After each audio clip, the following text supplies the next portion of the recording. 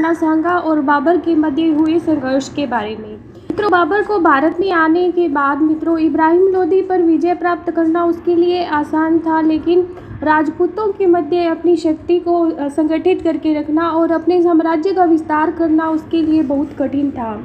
मित्रों, सांगा व बाबर के मध्य संघर्ष होना अवश्य भावी हो गया था, क्योंकि सांगा और बाबर जो थे वो दोनों ही महत्वाकांक्षी थे और दोनों ही अपने अपने राज्य का विस्तार चाहते थे। मित्रों, बाबर की बात करें तो जब मध्य एशिया में बाबर को अपना राज्य स्थापित करने में सफलता नहीं मिली, वह निरंतर असफल रहा, तो लोधी सरकारों के लोधी जो सरदार थे भारत में, उनके आमंत्रण पर वह भारत की तरफ आया और यहाँ उसने अपना साम्राज्य स्थापित करना चाहा। इसी क्रम में उसने मित्रों दिल्ली को जीत लिया। बाबर के लिए दिल्ली पर अधिकार करना सरल था। मित्रों, मैंने आपको बताया था कि बाबर ने दिल्ली पर अधिकार करने के लिए उसे ज़्यादा मेहनत नहीं करनी पड़ी और सरलता से उसने दिल्ली पर अधिकार कर लिया और दिल्ली के शासक इब्राहिम लोदी को युद्ध स्थल पर ही मार डाला। किंतु अपनी शक्ति को दृढ़ बनाए रखना कठिन था, क्योंकि दिल्ली पर अधिकार करने के बावजूद भी भारत में कुछ ऐसी शक्तियाँ मौजूद थी जिनके साथ लड़ना और उनके सामने अपनी शक्ति को दृढ़ बनाए रखना बाबर के लिए कठिन होता जा रहा था। मित्रों, इसी क्रम में उत्तर पश्चिम भारत की विजय और पानीपत में इब्राहिम लोदी की हार ने बाबर को केंद्रीय हिंदुस्तान का स्वामित्व बना दिया, लेकिन अपनी शक्ति को बनाए रखने के लिए अभी भी उसके समक्ष भारत में उसके दो प्रतिपक्ष जो थे वो मौजूद थे। और ये दो प्रतिपक्ष कौन थे मित्रों? एक तो थे राजपूत और दूसरे थे अफगान। मित्रों, युद्ध की दृष्टि से देखें तो अफगान शक्ति का सामना करने का उसने निर्णय किया, लेकिन इसी घटनाक्रम में बाबर का जो ध्यान है वो सांगा की ओर भी गया। सांगा व मुगल संबंधों में युद्ध के जो कारण थे मित्रों उनके बारे में जानते हैं। तो युद्ध के कारणों में अगर विस्तार से जाने तो मित्रों इसमें पहला जो कारण है वो समझौते का उल्लंघन आता है। समझौता कौन सा और किस किस के बीच हुआ? तो मित्रों ये समझौता बाबर और राणा सांगा के मध्य हुआ और इस समझौते का जिक्र बाबर ने अपनी आत्मकथा बाबरनामा में किया है। मित्रों, ये बाबरनामा जो है बाबर ने स्वयं लिखी है और ये मित्रों फारसी भाषा में नहीं होकर मित्रों ये तुर्की भाषा में लिखी गई है। और इस बाबरनामा में बाबर ने जिक्र किया है कि राणा सांगा का दूत जो है वो काबुल में उसके पास एक संधि प्रस्ताव लेकर आता है, जिसके अनुसार बाबर और राणा सांगा दोनों मिलकर जो भारत में अफगान शक्ति है उस पर अधिकार कर और भारत का जो शासन है वो आधा आधा बांट लेंगे। बाबर के अनुसार इस संधि प्रस्ताव में लिखा हुआ था कि बाबर पंजाब की ओर से और इब्राहिम पर आक्रमण करेगा और राणा सांगा जो है वो आगरा की ओर से इब्राहिम पर आक्रमण करेगा और इब्राहिम पर दोनों तरफ से आक्रमण कर इब्राहिम को हराकर दिल्ली की गद्दी पर अधिकार करेंगे। लेकिन आधुनिक शोध से ये स्पष्ट होता है कि इस प्रकार का कोई भी समझौता हुआ जरूर था, लेकिन डॉक्टर गोपीनाथ शर्मा जो राजस्थान के इतिहासकार हैं उनका कहना है कि पहल जो है वो राणा की ओर से नहीं की गई थी, बल्कि पहल किसकी ओर से की गई थी? बाबर की ओर से की गई थी तथा उल्लंघन सांगा के द्वारा किया गया था। यानी कि सांगा इस संधि को मानने के लिए तैयार नहीं था और बाबर की सहायता किसी प्रकार से भी सांगा नहीं करना चाहते थे। दूसरा था मित्रों धार्मिक कारण। मित्रों, धार्मिक कारण क्या था? समझौते को नहीं मानना। मित्रों, ये तो हमें सांगा की प्रकृति के बारे में समझ आता है कि सांगा भारत में अपना शासन स्थापित करने के लिए किसी और जाति के व्यक्ति की सहायता नहीं चाहते थे। बाबर जैसे मुस्लिम व्यक्ति को तो वे भारत में बिल्कुल भी प्रवेश देने के हक में नहीं हो, ये हमें सांगा के व्यक्तित्व से पता चलता है। लेकिन जब हम धार्मिक कारण पढ़ते हैं तो हमें इस बात पर और भी निश्चितता हो जाती है, क्योंकि पानीपत के युद्ध के परिणाम ज्ञात होते ही राणा ने क्या किया कि अपना साम्राज्य विस्तार प्रारंभ कर दिया। मित्रों, रणथंभौर के पास एक दुर्ग बना हुआ है जिसका नाम है खंडार दुर्ग। खंडार दुर्ग के सहित इन्होंने करीब 200 स्थानों पर अधिकार कर लिया। इससे पूर्व जो सल्तनत के अधीन आते थे, जैसे रणथंभौर का दुर्ग और इसके साथ साथ जिन 200 स्थानों पर सांगा ने अधिकार किया था, वे सभी दिल्ली सल्तनत के अधीन आते थे। अब क्या बाबर चिंतित होने लगा कि सांगा जो है धीरे धीरे अपने साम्राज्य का विस्तार करने लगा है। राणा जो स्वयं को हिंदू धर्म का रक्षक मानता था, उधर बाबर चाहता था कि भारत में इस्लामी शासन बनाया जाए और उसे कायम रखा जाए। जो विगत कुछ शताब्दियों से चला आ रहा है। लेकिन सांगा चाहते थे कि भारत में दिल्ली की गद्दी पर हिंदू शासक आसीन हो और भारत में हिंदू जो है स्वराज्य की स्थापना हो। मित्रों, एक तीसरा इसका कारण था राजपूत अफगान गठबंधन। ये राजपूत अफगान गठबंधन कैसे होता है तो जानते हैं। अब मित्रों, बाबर के सामने उसके दो प्रतिद्वंदी थे, राजपूत और अफगान, और इन दोनों ने मिलकर बाबर को हराने की बात सोची। तो राणा ने महमूद लोदी तथा हसन खां मेवाती को अपने पक्ष में मिला लिया। यह अफगान राजपूत मैत्री जो थी वो बाबर के लिए खतरनाक सिद्ध हो सकती थी। अनेक अफगान राणा के पास सैन्य पहुंचने लगे थे। इस मैत्री से बाबर चिंतित हुआ और संघर्ष करना अनिवार्य हो गया। दोनों की महत्वाकांक्षा मित्रों, ये चौथा कांड बनती है बाबर और सांगा के बीच में संघर्ष का, क्योंकि बाबर और सांगा जो थे वो दोनों ही महत्वाकांक्षी थे। ये दोनों ही अपने अपने साम्राज्य का विस्तार करना चाहते थे। दोनों ही दिल्ली की गद्दी पर अधिकार चाहते थे। अब जानते हैं मित्रों कि खानवा का युद्ध कैसे होता है। मित्रों, खानवा का युद्ध घटित होता है 16 मार्च 1527 को। मित्रों, 16 मार्च 1527 को इतिहास का सुप्रसिद्ध खानवा का युद्ध होता है। इसी युद्ध के दौरान बाबर की गतिविधियों को देखकर राणा सांगा अपनी सेना के साथ जनवरी 1527 के अंत में चित्तौड़ से रवाना होते हैं।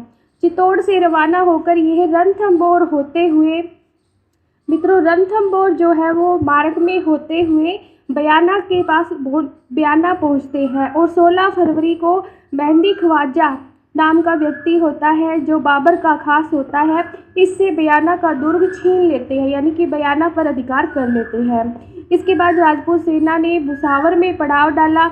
ये भुसावर मित्रों पड़ता है एमपी में, और यहाँ पर क्या है, राजपूत सेना पड़ाव डालती है। उधर क्या है, बाबर का जो काबुल एवं दिल्ली से मिलने वाली जो सहायता है उस पर भी रोक लगा दी जाती है राजपूत सेना द्वारा। मार्च 1527 को राणा सांगा जो है वो फतेहपुर सिकरी होते हुए और खानवा के मैदान में पहुंच जाते हैं। मित्रों, ये खानवा जो है वो भरतपुर जिले के रूपवास तहसील में पड़ता है। और मित्रों, ये खानवा जो है 16 किमी उत्तर पश्चिम में स्थित है, किसके, फतेहपुर सिकरी के। बाबर आगरा से कब रवाना होता है तो मित्रों, बाबर रवाना होता है 16 फरवरी को। 16 फरवरी को बाबर आगरा से रवाना होता है और यह भी खानवा पहुंच जाता है। मित्रों, जब ये बाबर आगरा से खानवा पहुंचता है तो इसकी सेना की जो दशा है बड़ी दयनीय होती है, क्योंकि बयाना का जो युद्ध होता है उसमें राजपूत सैनिकों ने बाबर की सेना के छक्के छुड़ा दिए थे। मुगल सेना जो है वो पूरी तरह से हतोत्साहित हो गई थी राजपूतों की वीरता देखकर। ये मुगल सैनिक जो है सभी कायरता से बातें करने लगते हैं। और मित्रों, इसी दौरान एक ईरानी जोशी जिनका नाम होता है मोहम्मद शरीफ। मित्रों, ये मोहम्मद शरीफ भविष्यवाणी करते हैं कि इस युद्ध में बाबर की विजय होना बिल्कुल असंभव है। ये भविष्यवाणी जो है मुगल सेना के बीच आग में घी का काम करती है, यानी कि ये इस कायरता को और बढ़ा देती है कि इस युद्ध में वो मुगल सेना जो है राजपूतों से कभी नहीं जीत पाएगी। मित्रों, इस तरह क्या है कि मुगल सेना के बीच जो स्थिति पैदा होती है उसमें और अधिक जटिलता आ जाती है और स्थिति जो है गंभीर बन जाती है। अब क्या है, बाबर के जो सैनिक हैं वो युद्ध लड़ने के लिए तैयार नहीं होते। मुगल सेना पूरी तरह हतोत्साहित हो जाती है। मित्रों, बाबर भी सेना की इस दशा को देखकर चिंतित तो था, लेकिन वह युद्ध की इन परिस्थितियों में विचलित नहीं हुआ। यही मित्रों बाबर की सबसे बड़ी खूबी थी कि वह परिस्थिति की गंभीरता को देखकर बिल्कुल भी विचलित नहीं हुआ और उसने अपनी सेना के सैनिकों को संभालने के लिए उनके सामने शराब पीने के जितने भी उसके बर्तन थे बाबर के, वो सभी तुड़वा दिए। और अपनी सेना का मनोबल बढ़ाने के लिए उसने भविष्य में कभी भी शराब ना पीने की कसम खाई कि बाबर अपनी सेना के लिए कभी भी शराब अब नहीं पिएगा। साथ ही सेना के समक्ष उसने एक मोटिवेटेड करने वाला भाषण दिया, ओजस्वी भाषण दिया, जिससे उसकी सेना में नवीन उत्साह का संचार हो गया और मित्रों सेना जो थी वो युद्ध करने के लिए तैयार हो गई। मित्रों, इसी बीच कहा जाता है कि बाबर ने अपनी सेना को अपनी सेना को प्रोत्साहित करने के लिए उनमें चांदी के सिक्के भी बंटवाए। लेकिन मित्रों, कुछ इतिहासकार इस बात का खंडन भी करते हैं। सांगा और बाबर के नेतृत्व में दोनों सेनाएं आमने सामने डटी और शनिवार मार्च, मित्रों इस दिन क्या वार था? शनिवार, जिस दिन खानवा का युद्ध होता है मित्रों, तो 17 मार्च 1527 जो ईस्वी को इस युद्ध का प्रारंभ होता है और सुबह 9:30 बजे ही इस भीषण युद्ध का प्रारंभ हो जाता है। बाबर ने पानीपत के आधार पर ही अपनी सेना की जो व्यूह रचना थी वो बनाई। मुगल तोपखाने द्वारा मित्रों भयंकर आग बरसाने पर भी राजपूत सैनिक जो थे वो युद्ध स्थल पर डटे रहे और राजपूतों ने निरंतर आक्रमणों से बाबर के होश जो थे गुम कर दिए। मित्रों, राजपूत इतने वीरता से लड़े कि इतने भयंकर गोला बारूद और भयंकर आग बरसाने के बावजूद भी उन्होंने मुगल सैनिकों के दांत खट्टे कर दिए और उन्हें युद्ध स्थल से भागने पर मजबूर कर दिया। लेकिन इसी बीच राजपूत सेना के ऊपर एक मित्रों पहाड़ बनकर टूट जाती है एक बात कि राणा सांगा के तीर लग जाता है और वह बेहोशी की हालत में चले जाते हैं। उसी समय क्या होता है कि उनके जो वफादार सामंत होते हैं उनके द्वारा राणा सांगा को मैदान से हटा लिया जाता है। राणा सांगा को मैदान से हटाने के बाद मित्रों सलूम्बर के रावत, जिनका नाम था रतन सिंह और झाला अज्जा जो है वो राणा का राज मुकुट पहनकर और उनका राज चिन्ह धारण कर राणा का स्थान लेकर युद्ध लड़ते हैं। लेकिन मित्रों राणा की बेहोशी की हालत जो है पूरी राजपूत सेना में फैल जाती है और एक भगदड़ सी मच जाती है। इस भगदड़ के कारण ही मित्रों राजपूतों की इस युद्ध में हार हो जाती है। अब जानते हैं मित्रों कि राजपूतों की हार के प्रमुखतः क्या कारण रहे। इस युद्ध में राजपूतों की हार के प्रमुख कारण ये रहे कि सैनिकों की संख्या राजपूतों के पास अधिक थी। सांगा जैसा योग्य नेतृत्व भी था, फिर भी राजपूत पराजित हुए। तो मित्रों इसका सबसे बड़ा कारण था विश्वासघात। तो मित्रों राजपूतों से ये विश्वासघात किसने किया? तो कर्नल जेम्स टॉड जो राजस्थान के इतिहास के पिता कहे जाते हैं, इसके साथ साथ कवि राज श्यामल दास जो राजस्थान के बहुत अच्छे साहित्यकार हैं, इन्होंने कहा कि राणा का हार का जो प्रमुख कारण था वो सलहदी तंवर का विश्वासघात था। इस युद्ध में सलहदी तंवर ने राणा के साथ बड़ा भारी विश्वासघात किया। जब युद्ध चल रहा था तो तंवर क्या था, बाबर के साथ मिल गया और सांगा की जितनी भी सैनिक कमजोरियां थी वो सभी क्या थी, इन्होंने बाबर को बता दी, जिसका लाभ बाबर ने पूरे युद्ध में उठाया। अब जानते हैं मित्रों दूसरा कारण पराजय का। दूसरा कारण रहा दैहिक प्रभाव। ये दैहिक प्रभाव क्या था? हरविलास शारदा जो एक प्रमुख इतिहासकार रही हैं भारतीय इतिहास की, उनका मानना है कि युद्ध के समय सांगा की आंख में तीर लग गया। सांगा की आंख में तीर लग जाने से वह सैन्य संचालन नहीं कर पाया। इसके कारण भी युद्ध पर काफ़ी प्रभाव पड़ा। युद्ध क्षेत्र से सांगा के हटने का समाचार जब सेना को मिला तो सेना में भगदड़ मच गई और यही हार का कारण बना। मित्रों तीसरा इसका जो पराजय का प्रमुख कारण माना जाता है वो सांगा की सेना में एकता का अभाव था। मित्रों यद्यपि हम सभी जानते हैं कि सांगा ने खानवा के युद्ध में सभी राजपूतों को एक करने के लिए पाती पैरवन की प्रथा को अपनाया। पाती पैरवन मित्रों सांगा ऐसे पहले राजस्थान के शासक थे जिन्होंने सभी राजपूतों को एक छत्र के नीचे इकट्ठा कर मुगलों से युद्ध लड़ने के लिए प्रेरित किया। तो इसी तरह मित्रों सांगा की सेना में अलग अलग राजपूताने की रियासत के जो राजपूत थे आए थे, लेकिन वे सभी अपने अपने राजाओं के नेतृत्व में युद्ध लड़ रहे थे। वही सांगा के नेतृत्व में युद्ध नहीं लड़ रहे थे और अपने अपने वंश से युद्ध लड़ने के कारण उनमें एक रूपता का अभाव था। इसी कारण मित्रों अनुशासन रहना संभव नहीं हुआ और सांगा जो है ये युद्ध हार गए। इसके बाद मित्रों एक अपवित्र गठबंधन, ये अपवित्र गठबंधन क्या था? तो मित्रों इस युद्ध में सांगा ने अफगानों के साथ मित्रता की। राजपूत अफगान गठबंधन को रशबुक विलियम जो प्रमुख इतिहासकार है उन्होंने अपवित्र माना। दोनों में जो उत्साह होना चाहिए था वो नहीं था। दोनों के उद्देश्य व आदर्श जो थे वो भिन्न थे। दोनों वर्ग जो थे वो एक दूसरे को संदेह की दृष्टि से देखते थे। मित्रों इस युद्ध के समय इसी प्रकार का जो आपसी संदेह था वो हार में बदल गया और इस युद्ध में सांगा की हार हो गई। दूसरी बात मित्रों, यहाँ पर जो पांचवा कारण माना जाता है वो है राणा की निष्क्रियता। तो जानते हैं मित्रों राणा की निष्क्रियता इस युद्ध की हार का कारण कैसे बनती है। मित्रों इतिहासकार जिनका नाम है एलिफिस्टन, क्या नाम है? एलिफिस्टन कहते हैं कि बयाना के युद्ध के तुरंत बाद अगर सांगा मुगलों की घबराहट का लाभ उठाकर उन पर आक्रमण करते तो निश्चित रूप से सांगा की इसमें विजय होती। इसी बात का समर्थन करते हुए राजस्थान के इतिहासकार डॉक्टर गौरी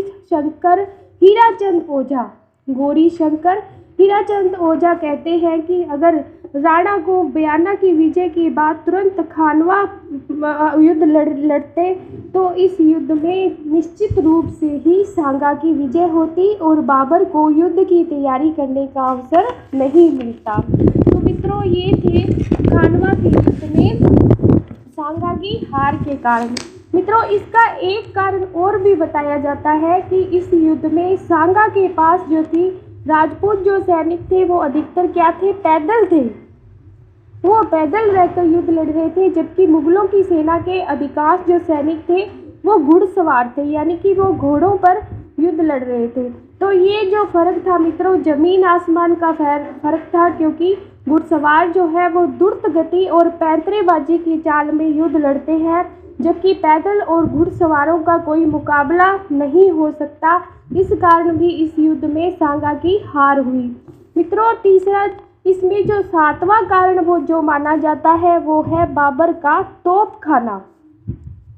मित्रों बाबर का तोपखाना जो है वो राजपूतों की हार का कारण बनता है, क्योंकि राजस्थानी योद्धाओं को इस युद्ध में पहली बार तोप का सामना करना पड़ा।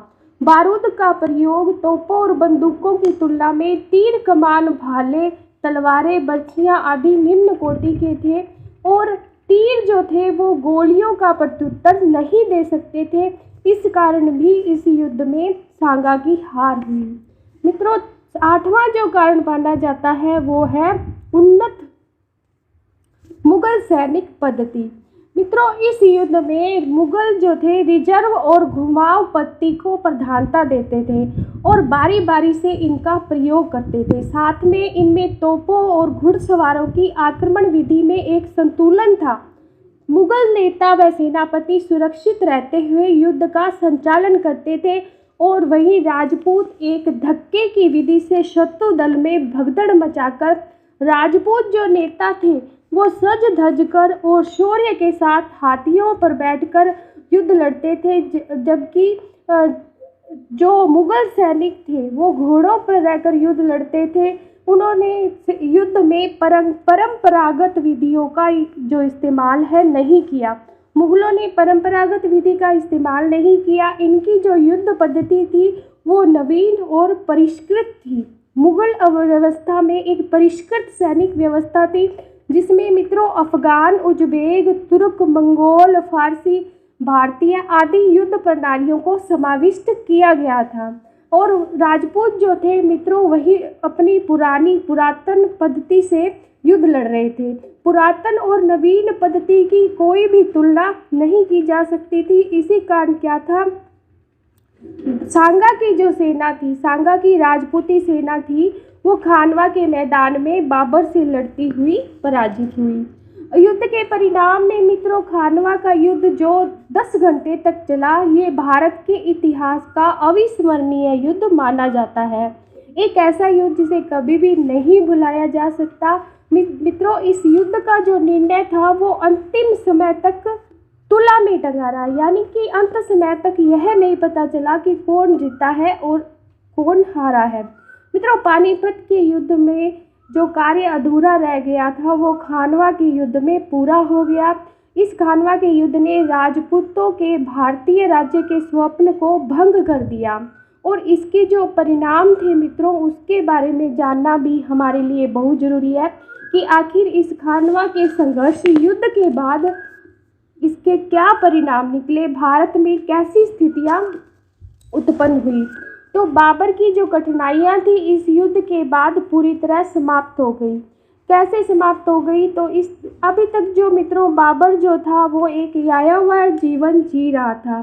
खानवा का युद्ध एक निर्णायक युद्ध था। इस युद्ध ने बाबर की कठिनाइयों का अंत कर दिया। उसे अपने जीवन के रक्षार्थ अब जगह जगह घूमना नहीं पड़ा। काबुल से भारत आने पर भी उसे शांति नहीं मिली थी। राणा सांगा पर विजय प्राप्त करने के उपरांत बाबर तथा उसके सैनिकों ने अब किसी प्रकार की चिंता नहीं रही। उनके लिए भारत में आगे विजय प्राप्त करना सरल हो गया कि भारत की एक बहुत बड़ी शक्ति जिसको राजपूत कहा जाता है मित्रों, उस पर बाबर ने विजय प्राप्त कर ली थी। मित्रों, कहा जाता है कि इस युद्ध में राजपूत शक्ति जो है, राजपूत शक्ति क्या हो गई? खंडित हो गई। मित्रों, खंडित तो हो गई, लेकिन इसका मतलब ये नहीं था कि वह पूरी तरह समाप्त हो गई। तो मित्रों, जानते हैं कि राजपूत शक्ति खंडित कैसे हो गई। इतिहासकार रशबुक विलियम्स ने बताया कि इस युद्ध से भारतवर्ष की सार्वभौमिकता अब राजपूतों के हाथ से निकल मुगलों के हाथ में चली गई। और लेनपुन कहते हैं कि इस विजय को अंतिम और पूर्ण माना जाता है। उसका तो मानना है कि यदि बाबर राजपूतों का पीछा करता तो एक भी राजपूत जीवित नहीं रह सकता, लेकिन यह कथन जो है मित्रों अतिशयोक्तिपूर्ण है। लेनपुन का यह कथन अतिशयोक्तिपूर्ण है क्योंकि मित्रों इस युद्ध से राजपूतों की सैनिक शक्ति खंडित तो हुई, लेकिन पूर्णतः नष्ट नहीं हुई थी। पूर्णतः नष्ट नहीं हुई थी। इस समय बाबर ने भी यही माना है कि राजपूत हारे हैं, परंतु उनकी शक्ति नष्ट नहीं हुई। अतः उसने खानवा युद्ध के बाद राजस्थान आक्रमण करने की नहीं सोची। उसने दोबारा राजस्थान पर आक्रमण नहीं किया। राणा का स्वप्न भंग। मित्रों, इसका परिणाम ये भी निकला कि राणा ने जो पूरे भारत पर हिंदू शासन स्थापित करने का जो स्वप्न देखा था मित्रों, ये स्वप्न जो है वो अब समाप्त हो गया था, क्योंकि अब सांगा ने यह सोचा था कि वह दिल्ली पर अधिकार कर पूरे भारत में हिंदू साम्राज्य की स्थापना करेगा, परंतु बाबर जो है उसने अब खानवा के युद्ध में जीत हासिल कर ली थी और दिल्ली पर अब मुस्लिम शासन स्थापित होने वाला था। मित्रों, इस युद्ध का सबसे बड़ा परिणाम ये निकला कि अब भारत में मुगल साम्राज्य की स्थापना हो चुकी थी और इसकी युद्ध के परिणाम स्वरूप आगामी 200 वर्षों तक यह मुगल साम्राज्य बना रहा और ऐसा भारत में कोई भी नरेश नहीं हुआ। तब ऐसा भारत में कोई भी नरेश नहीं हुआ जो मुगलों का सामना कर सके। मित्रों, इसके साथ साथ अब बाबर का जो है एक स्थायी जीवन शुरू हो गया। इसके परिणाम स्वरूप बाबर जो है अब एक स्थायी जीवन जीने लगा और भारत जो उसे अपना देश नहीं लगता था वह अब भारत में टिककर रहने लगा और उसने भारत को अपना बना लिया। मित्रों, बाबर जो है वो राजत्व के देवी सिद्धांत को मानता था। वह अपने आप को पृथ्वी पर ईश्वर का प्रतिनिधि मानता था। धीरे धीरे उसने अपने इस सिद्धांत को भारतीय जनता के मन में भी बसाया और भारत के जो लोग थे धीरे धीरे उसे अपना मानने लगे। अफगानों के विध्वंस में भी इसे सरलता प्राप्त हुई। खानवा के युद्ध में उसने जब राजपूतों की शक्ति को खंडित किया और राजपूतों की शक्ति का जब विनाश हो गया तो बाबर को अफगानों की बची हुई शक्ति का विध्वंस करने में भी सफलता मिली या सहायता मिली, क्योंकि अब बाबर का भारत में दबदबा और भी बढ़ गया था। मित्रों, खानवा के युद्ध के बाद राजपूतों ने भी अपने युद्ध के तरीकों में परिवर्तन किया। गोला बारूद का जो प्रयोग था वो अब करने लगे तथा हाथियों का जो महत्व था वो घटने लगा और युद्ध की एक नई रणनीति थी वो निकलकर सामने आई, जिसको तुलगमा पद्धति भी कहा जाता है, जिसका भारत में सबसे पहले प्रयोग बाबर ने किया। जानते हैं कि खानवा के युद्ध के बाद सांगा की मृत्यु कैसे होती है। मित्रों, राणा सांगा को खानवा के युद्ध में घायल अवस्था में बसवा ले जाया जाता है। मित्रों, बसवा जो है ये एमपी का एक स्थान है और इस बसवा में ले जाकर और राणा सांगा का कुछ उपचार वगैरह किया जाता है, लेकिन राणा सांगा जब होश में आते हैं तो वो बाबर से बदला लेने की इच्छा व्यक्त करते हैं। मित्रों, ये इच्छा व्यक्त करते हैं तो इनके सरदार जो है वो दंग रह जाते हैं, क्योंकि अब राणा सांगा की जो शारीरिक हालत थी वो बिल्कुल युद्ध करने की नहीं थी और वो चित्तौड़ लौटने की बजाय ससैन्य चंदेरी पहुंचकर युद्ध करना चाहते थे। चंदेरी में चूंकि बाबर जो है चंदेरी में 1528 में इसका बाबर का युद्ध होता है और बाबर का युद्ध चंदेरी के शासक मैदिनी राय के साथ होता है और मैदिनी राय जो था वो राणा सांगा का खास था। मित्रों, राणा सांगा जो है वो मैदिनी राय के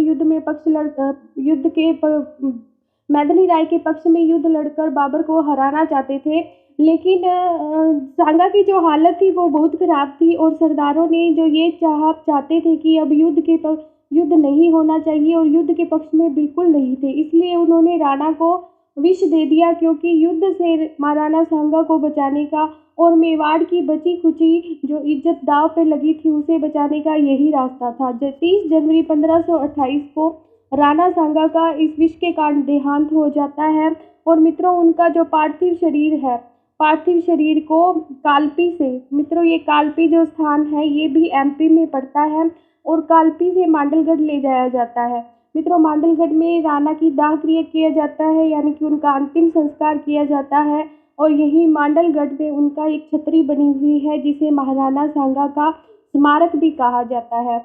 मित्रों, महाराणा सांगा के व्यक्तिगत संगठन की बात करें, उनके शारीरिक संगठन की हम बात करें तो राणा सांगा जो थे वो मझोले कद के हष्ट-पुष्ट व्यक्ति थे। मझोले कद यानी कि उनका कद ज़्यादा बड़ा नहीं था, छोटे कद के काफ़ी हष्ट-पुष्ट, शरीर में काफ़ी हष्ट-पुष्ट व्यक्ति थे। उनका बदन गठा हुआ, चेहरा भरा हुआ, लंबे हाथ और बड़ी-बड़ी आंखें और उनका जो रंग था मित्रों वो गेहुआ था। मित्रों, इसके साथ मृत्यु के समय मित्रों उनके शरीर में सिर्फ एक आंख, एक हाथ और एक टांग ही बची थी।